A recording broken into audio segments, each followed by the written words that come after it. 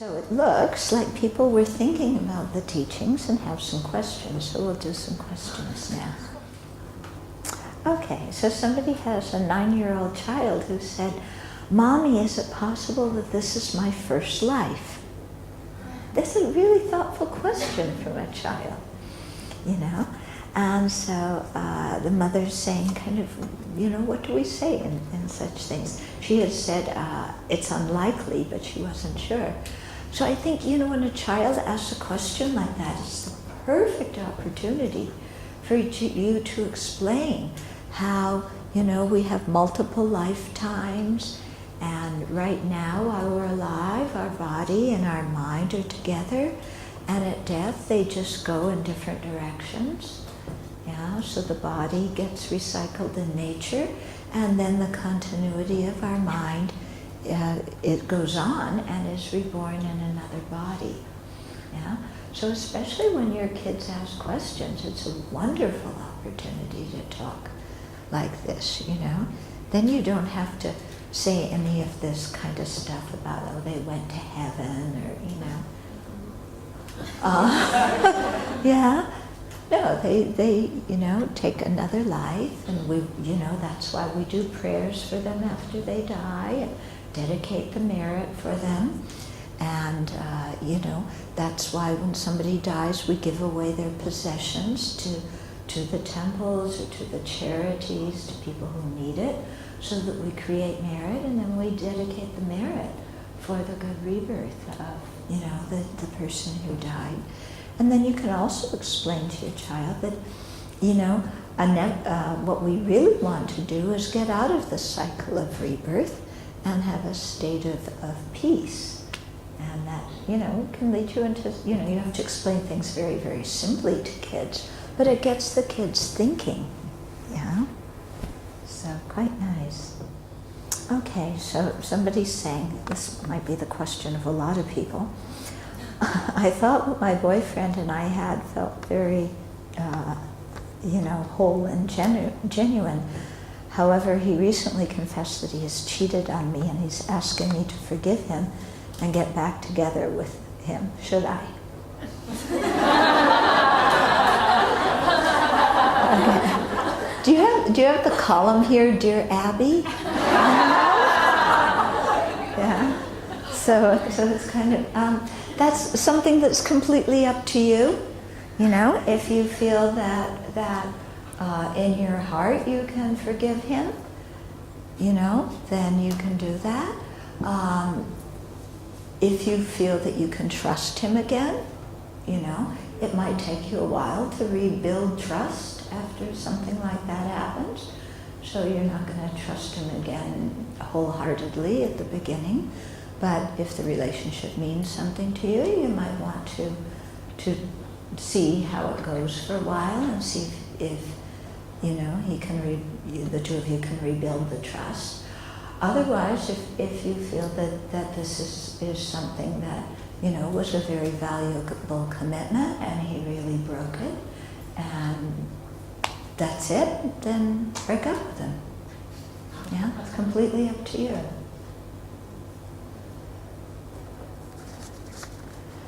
Taming the mind is not easy. How did you do it? I am still in the process of doing it. Okay? And it isn't easy, but that doesn't matter. If something's valuable, you do it whether it's easy or not. And how do you do it? You listen to the Buddha's teachings, you put them into practice, you reflect on them and gain a correct understanding. Then you meditate on them and practice them in the daily life, and you keep doing this repeatedly. You set up a daily practice, and you attend teachings, and you really put your heart into it. Yeah, if you're not willing to put your heart into it, and you're not willing to dedicate time to it, then you're not going to get the result. So it's like anything, you know. If we put time into something and our heart's in it, then we reap the result. Yeah, so there's no shortcut. And you can't hire anybody else to tame your mind. It's something you have to do yourself. when we practice mindfulness and watch our thoughts, what we do, we observe and why. Okay. What we want to do is become more aware of what we're thinking and feeling and saying and doing, because this is how we create karma, through our thoughts, our emotions, our speech, and our, physically through our body movements. So what we want to do is have mindfulness of our precepts, how we want to live in our life. We don't want to harm anybody physically. We don't want to steal or have unwise or unkind sexual behavior like this person's boyfriend did. We don't want to lie. We don't want to take intoxicants. We don't want to speak harshly to others. So we remember how we want to be in life, and then while we're living our life, we pay attention. What am I thinking? What am I feeling? If I'm getting angry, I need to stop and take care, because, if I'm angry, I'm going to say and do all sorts of things that will be harmful to others and that will create negative karma for myself. Yeah? And so you watch, what are you thinking and feeling? You observe, what are you saying? And sometimes I catch myself, I'm in the middle of saying something, and I'm going, children, shut up. Don't say this, because, sometimes we're irritated, and then we start to say something, and then it's like, I know this is the wrong thing to say. It's only going to create disharmony. Yeah, so I need to stop if I'm saying something that's going to create disharmony. Or if I'm in the middle of doing something and I realize, ooh, this action is going to hurt somebody, yeah, then that, I bring myself back to how I want to be in the world, and I say, okay, I have to stop doing this. Yeah. Okay, so mindfulness and introspective awareness helps us in our daily life, so that we don't, we are able to tame our mind and tame our actions and create more virtue and not create so much non-virtue. Okay? Or you can also, practice mindfulness with the 4 immeasurables. You remember those 4 thoughts. So throughout the day you keep coming back, and you recite the four immeasurables to yourself. And you say, okay, I want to relate to other people in this way. Okay, so it's very helpful. So you can see why we do it, because it helps us karmically, helps us become accustomed to the Dharma path. Okay? If meditation is about not wanting and letting go, what is the purpose of knowing and discussing the jhanas when it sounds like we've got to get there? Okay? So the jhanas are states of deep concentration. It's not that we have to get there, okay? But, it's helpful to develop, deep concentration. So in our Dharma practice, we do want to when we say, not wanting and letting go, we have to understand what that means, because we do seek awakening. We do seek spiritual realizations. We do desire to generate love and compassion. So it's not that you just stop wanting everything and just sit there like a bump on the log. Yeah. Well, I have no attachment. I don't want anything.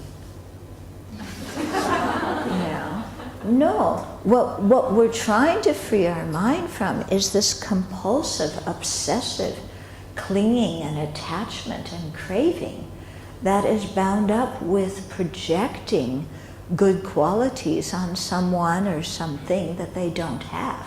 That's what we're trying to let go of, okay? But we are trying to increase our wish for spiritual realizations, our desire to develop love and compassion and wisdom and so on, okay? So that's quite important. Okay, so this person is saying that on one hand, we should work towards being more selfless and dedicating merit for all sentient beings. On the other hand, we're offered opportunities to pray for good health, relationships, and so on, and isn't this kind of a selfish thing to pray for? Okay, very good question. I'm glad somebody's thinking about that. So, yes, in one way, we are self-centered, and, may my family have good health, and, may my life be successful. But at the same time, if we're praying for that, we should generalize it to everybody. So it's not just can my family be healthy, but may all sentient beings be free of illness. May everybody who is ill or injured be, have their suffering eliminated. And in particular, may my family be healthy. Or may all sentient beings' virtuous activities be successful. And in particular, may my Dharma practice, go well. Okay? So you always begin one of these things by everybody. And then you can also dedicate for particular people, that of who are having, particular problems at this moment or who need some extra kind of prayer and support. Okay, so it doesn't have to be either or. You can dedicate for everybody and especially for some others. And when you dedicate, the special dedication, it doesn't have to be just for people that you know, or that you're attached to. But we all know that there's a horrible civil war in Syria right now. Yeah? So may the civil war in Syria cease. May people be able to return to their homes and live in safety and security without the fear of their lives. May people of different religious faiths learn to get along with each other by seeing that we're all human beings who want to be happy and not suffer. Yeah? So you can pray for things in the world. Mm-hmm.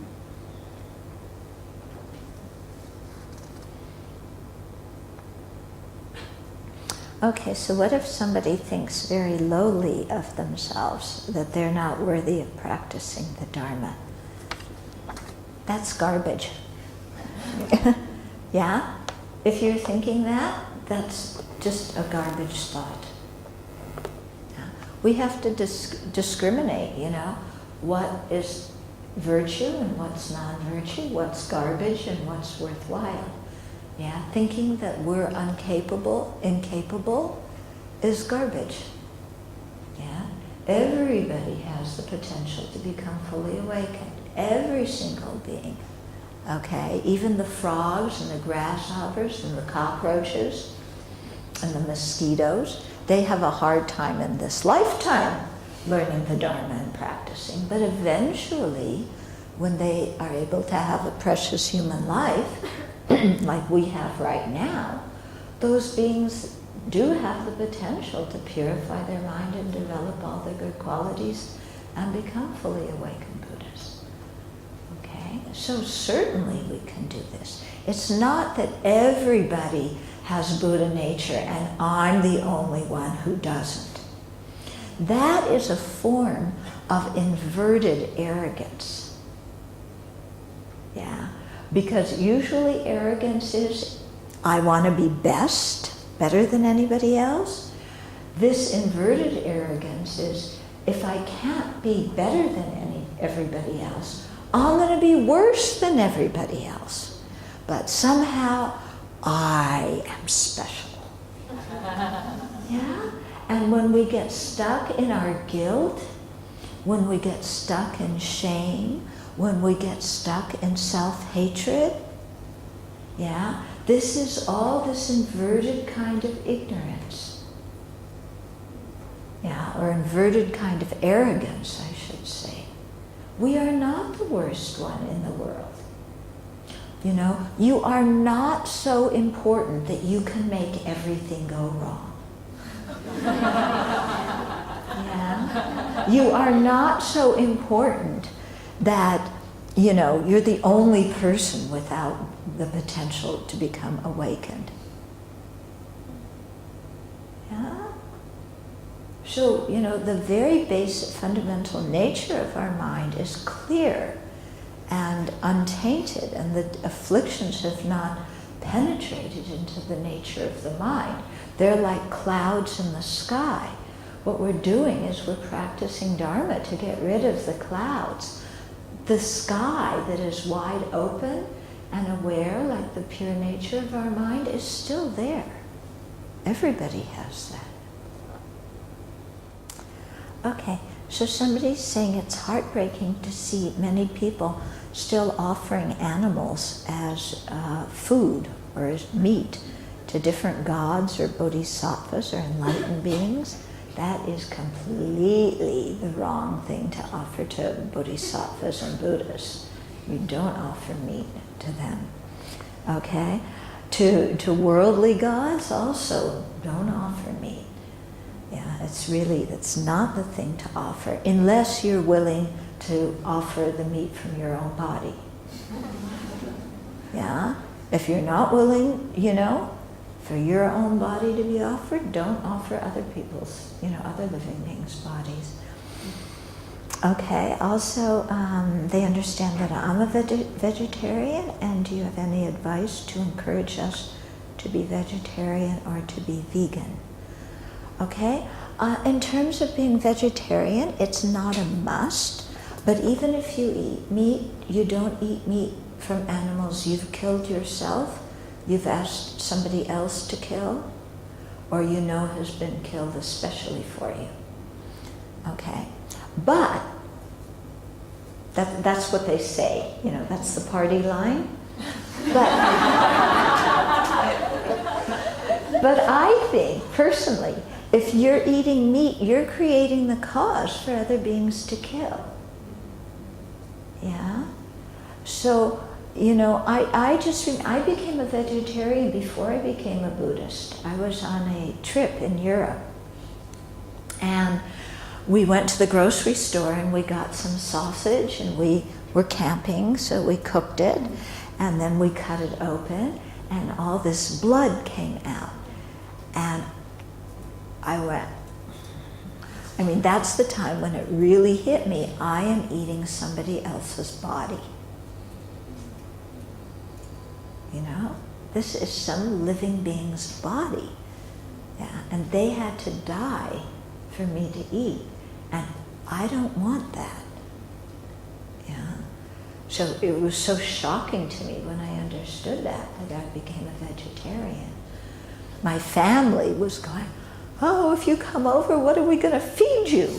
You don't eat anything. I said, there's lots to eat if you're not vegetarian. Yeah. About becoming vegan, I think that's completely up to you. If you eat unfertilized eggs, there's no killing involved at all, you know. So if you're eating, you know, unfertilized eggs or, you know, dairy products, that's okay. If you personally feel that you want to stop eating those for either health reasons or because of the way the animals are treated, then that's, you know, up to you, and it's, you know, if you feel strongly, then do that. It's good. But I think the most important thing is, you know, to save lives. Yeah, that's the most important thing, because all of us want to live. None of us want to die, you know, and to make others lose their lives for our lunch. Okay, so what's the meaning of making offerings to the Buddha? I explained that this morning. So when we make food offering, what does it mean? The Buddha doesn't eat. So again, it's the idea of we're creating merit and we're taking delight in giving. Yeah? Who or what decides what consciousness goes into which body when there's rebirth? No one. There is not a creator God. There is not a manager of the universe. There's not somebody who's sitting up on a cloud saying, okay, you go and you're the daughter of that family, and you go and you're the son of that family, and you're a fish and you're a god, and, No, there's nobody doing that, yeah? It all functions by cause and effect, yeah? And the causes are our actions, okay? So when we act in non-virtuous ways, we are creating the cause for our mind to be attracted to a body where, in the next life, where there's going to be a lot of misery. When we create virtue, we're creating the cause for our mind to be attracted to a body where there isn't much misery, where there's happiness.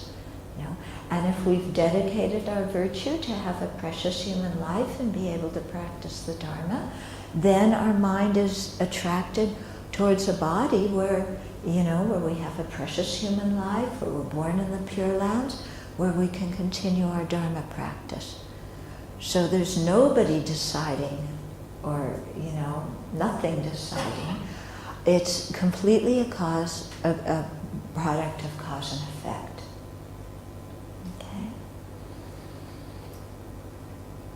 Does a consciousness remember anything at all from its previous existence? Yes, that can happen. Yeah, sometimes little children may, when they're first learning to talk, they may say very strange things that their parents are saying, what's my kid talking about? But the child may be actually having a memory from a previous life. Yeah.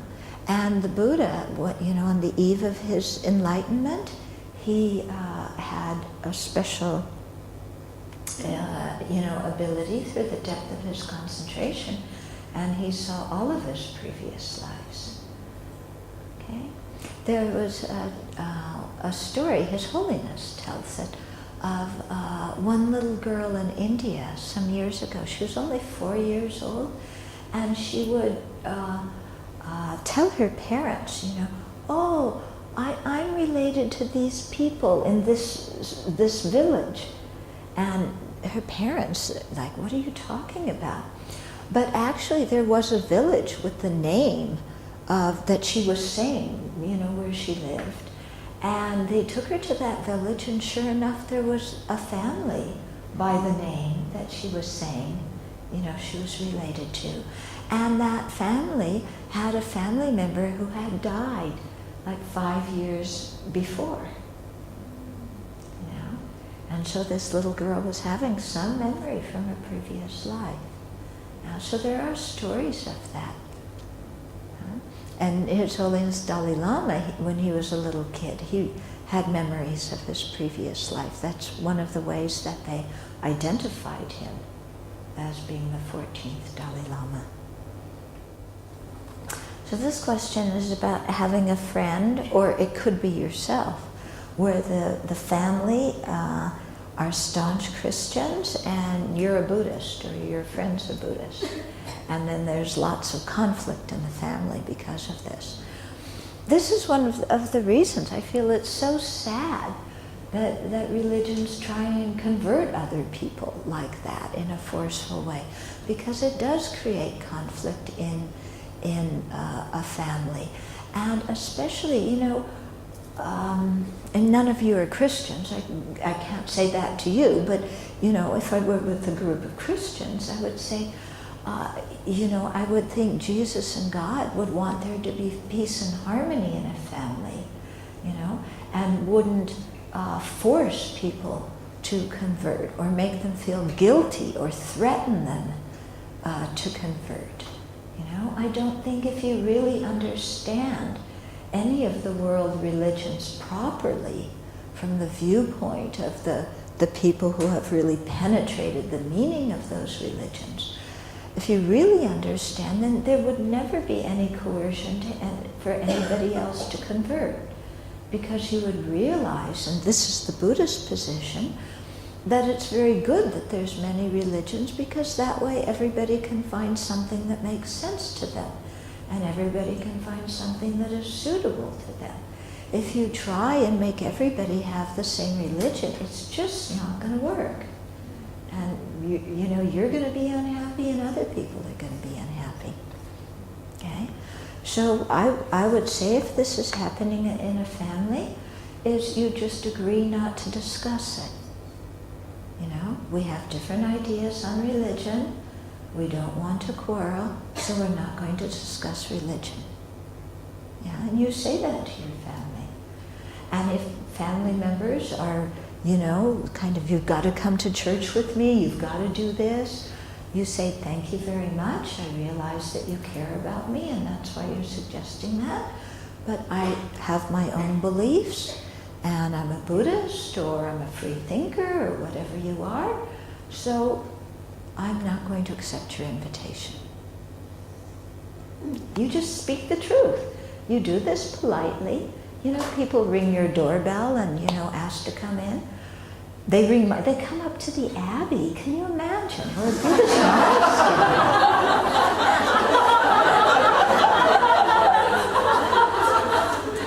Yeah? And they ring the doorbell and, you know, can we come in and tell you the good news? And I say to them, this is what I say. I say, if you practice Jesus' teachings about ethical conduct and love and compassion and tolerance, it will really benefit you in your life.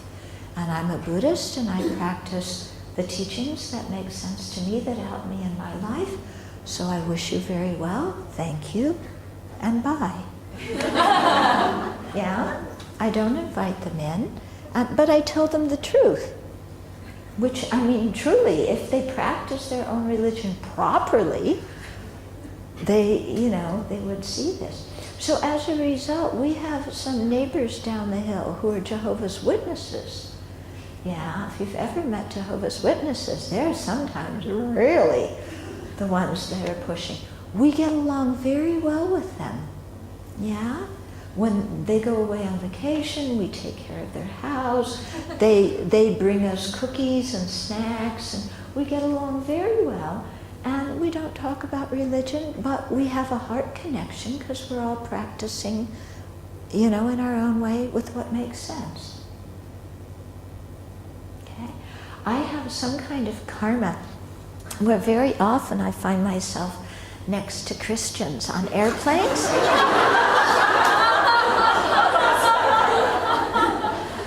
You know, and they want to convert me.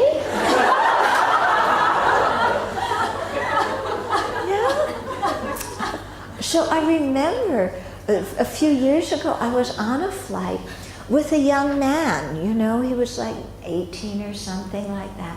So of course he pulls out his Christian books and he's talking, and you know, I talk with him and I challenge him and ask him questions. And you know, he tells me that he's not getting along so well with his mother. And I can understand why, because he's pushing her, you know, to believe something that she's not interested in. Anyway, at one point he said to me, will you take these books and read them? And I said, yes, and I have some Buddhist books. Will you take them?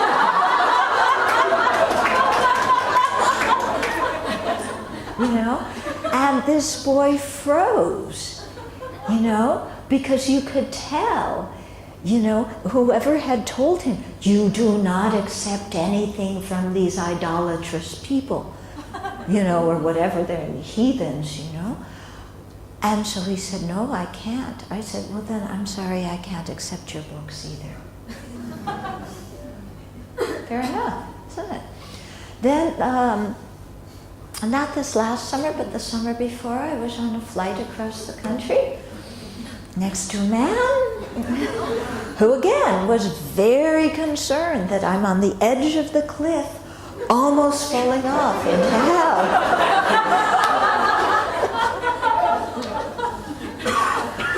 You know?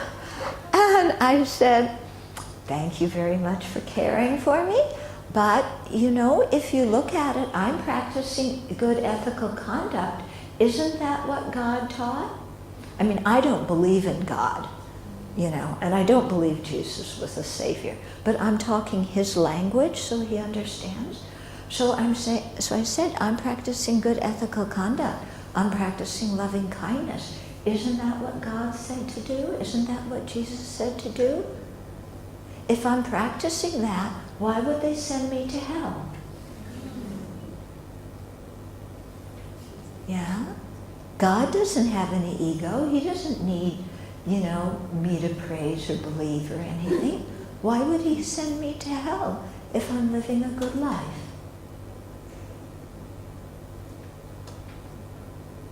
Yeah? He didn't know what to say.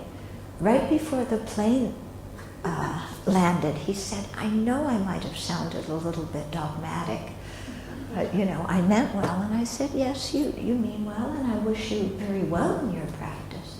But, you know, please respect people who have other religions.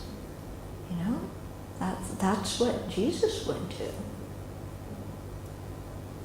So I think we just, you know, we just tell them straight. You don't need to make up excuses. You don't need to think you're being rude. You know, oh, I better let them come in the house. No. I know what I believe. I know why I believe in it. You practice, you know. And I'll practice what I think, and we'll live together in harmony. But please don't force anything on me or on anybody else. I found that it's easier to do the things that you have described when it is not a close member of the family. Mm-hmm. And especially if it's directed to me, then I think it's easier to do all of that. I've tried doing some of that, right? The hardest part in my case is when it's directed to my children. Mm-hmm. And these family members mean very well. They want my children to get salvation. and you tell them, thank you very much. They are my children. I am raising them Buddhist according to my beliefs. You just say it straight. Yeah, because if you don't, they're going to keep bugging you time and time and time again until you capitulate. And then what's going to happen if you're Buddhist and your kids become Christian? That's not going to be a happy situation. So you have to tell your family members very straight. They're being extremely rude in pushing their religion on you.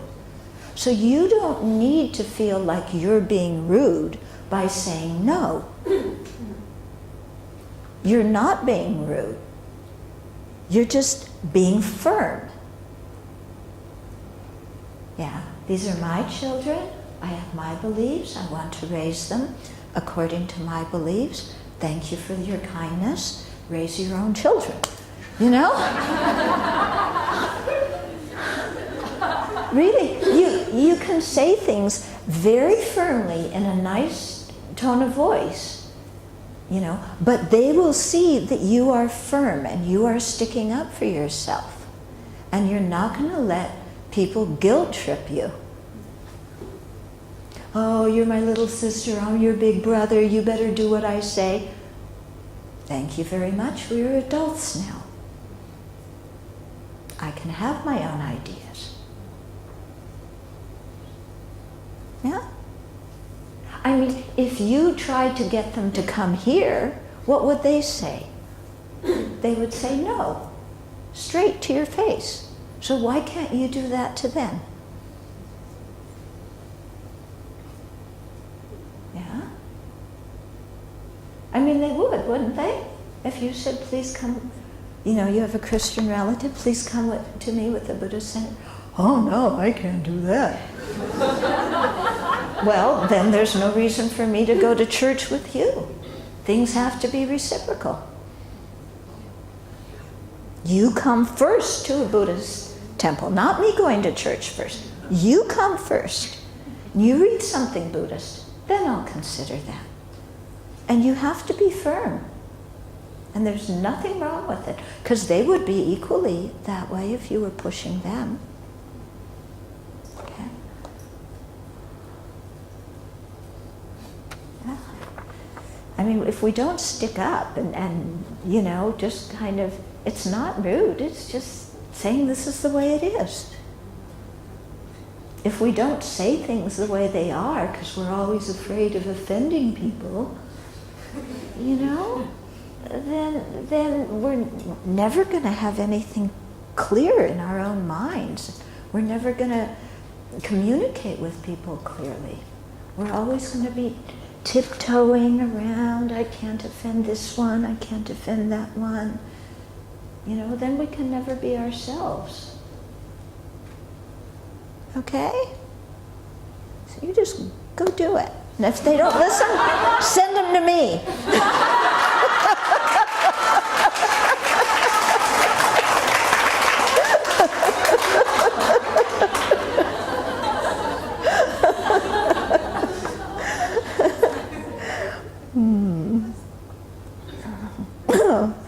Okay.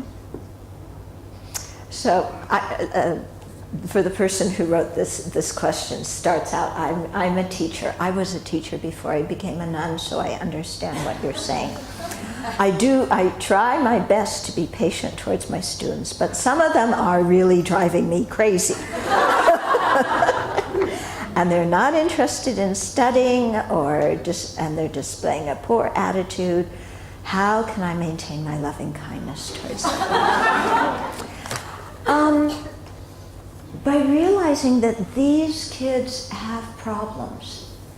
A kid who has a poor attitude in school, either at home they're being told that they're stupid and worthless, and they're getting fed all sorts of negative talk at home by their parents, and so they think I'm stupid and worthless, which isn't true. Yeah. Or the child has a learning disability. They might be dyslexic. They might have ADD or something, in which case, they need some help. So with these kids especially, and why are they acting out? They're acting out because they're trying to communicate, I need help. That's what their behavior is saying, is I need help. And maybe I'm acting obnoxious because I need somebody to pay attention to me, because my mom and dad are getting divorced and I feel horrible. Or I'm acting out because everybody's telling me I'm stupid and I can't learn. And I feel terrible when people say that to me. Or I'm acting out because I need glasses. I can't see the board.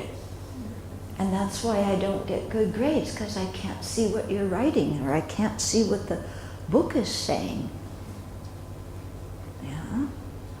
Or you're asking me to write B's and I write D's and everybody tells me I'm stupid. But a B looks like a D to me. When you're dyslexic, that's what happens. Or you reverse the numbers. This is very common. And so to really, especially the kids who are acting out, if you can befriend them and see what's wrong and take their side, that you can really help them that way. And another thing to do with kids who are acting out is give them a special responsibility.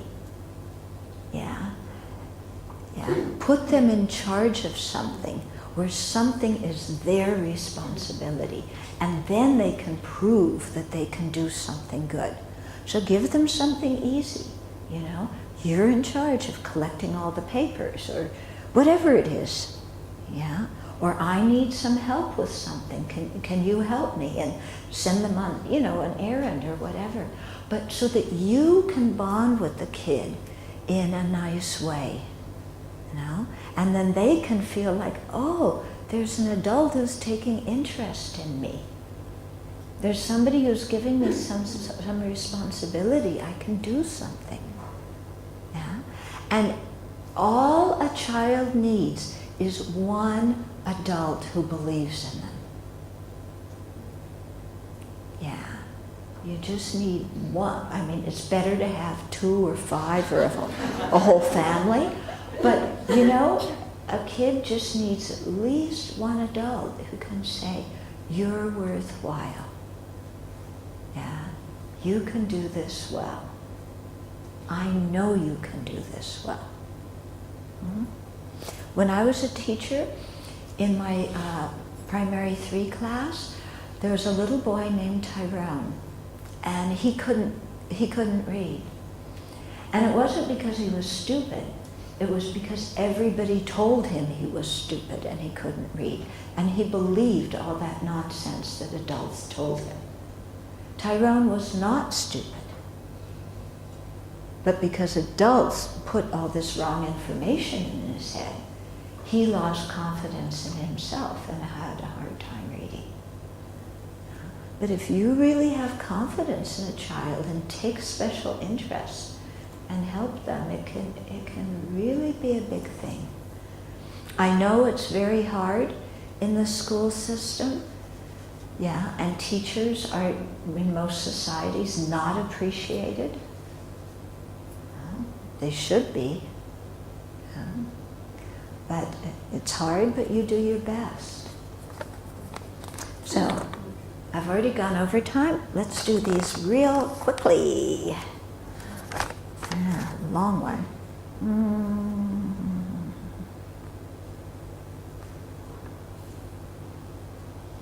Okay, so somebody's got stuck in the 7 points of cause and effect on seeing the kindness of their parents in this lifetime. Yeah, that happens. You know, sometimes you didn't have a good relationship with your parents, or your parents weren't around very much. Yeah, and so then in that case, what you do is you think about whoever it was who brought you up when you were a kid. Maybe it was your grandmother, or an aunt, an uncle, a neighbor. Think of whoever it was who took care of you when you were a kid. Yeah, because lots of people took care of you. You're going to go, oh, nobody took care of me. Somebody took care of you because you're alive. Yeah, if nobody took care of you, you would not still be alive, because a child cannot maintain their own life alone. So somebody took care of you, or many people took care of you. So think about the kindness of those people. And then also think about the kindness that your parents did give you this body. Yeah, that's something. Last one. Are sentient beings like our pets related to us in past lives? How do we help them get a better rebirth? They could be related to us in past lives because we've had beginningless rebirths, so lots of relationships in the past. Best way to help your pets is, you know, like the verses that we were chanting here, chant those aloud. You know, do your recitations aloud so your pets hear them. Yeah, it puts good seeds in their minds. Yeah. Or if you're watching a teaching on the internet, bring your pet there and have them. We have this adorable picture of one of the people who watches our teachings on the internet, because we have a lot of video teachings. She took this photograph of the computer with her puppies all around the computer, you know, listening to the Dharma. So that's a good way. It puts good imprints on their mind.